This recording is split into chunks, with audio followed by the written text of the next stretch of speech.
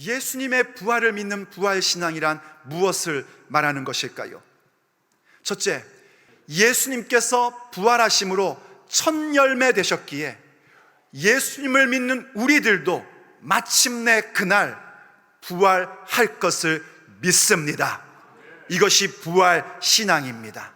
주님 오시는 날 우리가 승천되고 구원받는 건 우리 공로 아니라 예수님 믿는 믿음입니다. 그러니 오늘 당장 오셔도 우리는 최고의 은혜를 받는 것입니다. 그럴 때 살아있는 우리는 어떻게 되는가? 그때 우리도 이 몸이 호련히 바뀐단 말입니다. 순식간에 바뀌는 거예요. 완전히 신령한 몸, 영의 몸으로 변화되는 것입니다.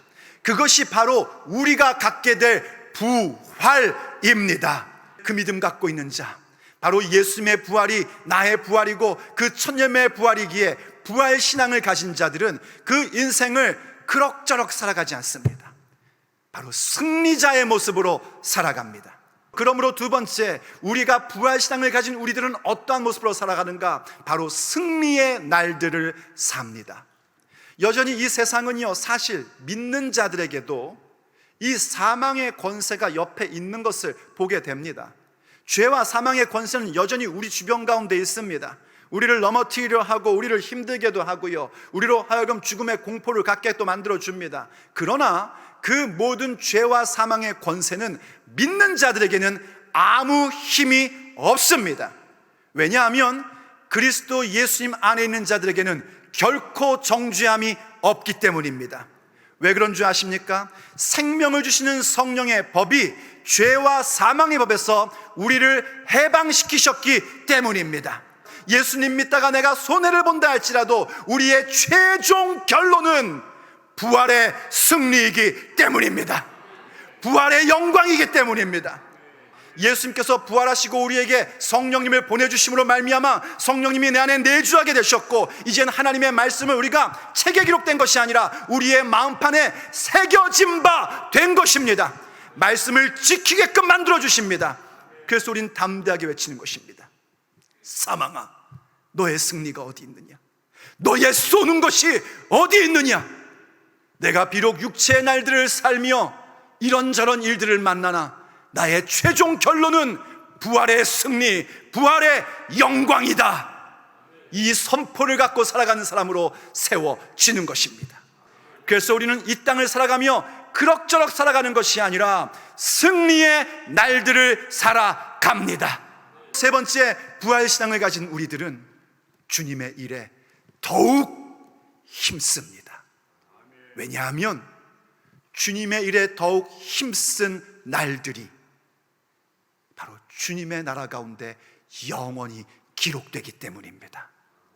우리가 아무리 많은 인생을 살고 아무리 많은 시간을 가졌다 할지라도 하나님께서 기억하시는 시간, 하나님께서 인정해 주시는 시간들을 가져야 됩니다. 그것은 바로 주의 일에 더욱 힘쓰는 시간들입니다. 하나님의 일이라는 것이 무엇일까요?